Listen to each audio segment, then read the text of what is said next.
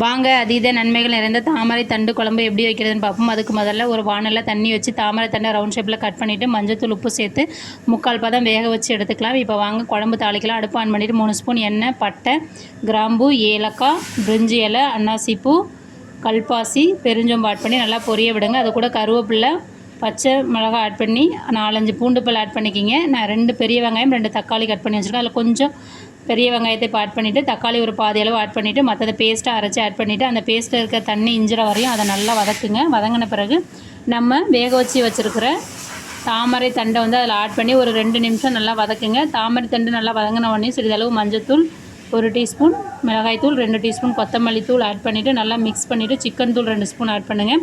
மசாலா நல்லா 2 நிமிஷம் குக்கான பிறகு தேவையான அளவு தண்ணி ஊற்றிக்கிங்க. சுவைக்கேற்ப உப்பு ஆட் பண்ணிவிட்டு ஒரு 10லேருந்து 15 நிமிஷம் வேக வச்சு எடுத்துகிட்டு வேக வச்ச பிறகு கொத்தமல்லி இலைகளை தூவி இறக்கினா சூப்பரான தாமரை தண்டு குழம்பு தயார்.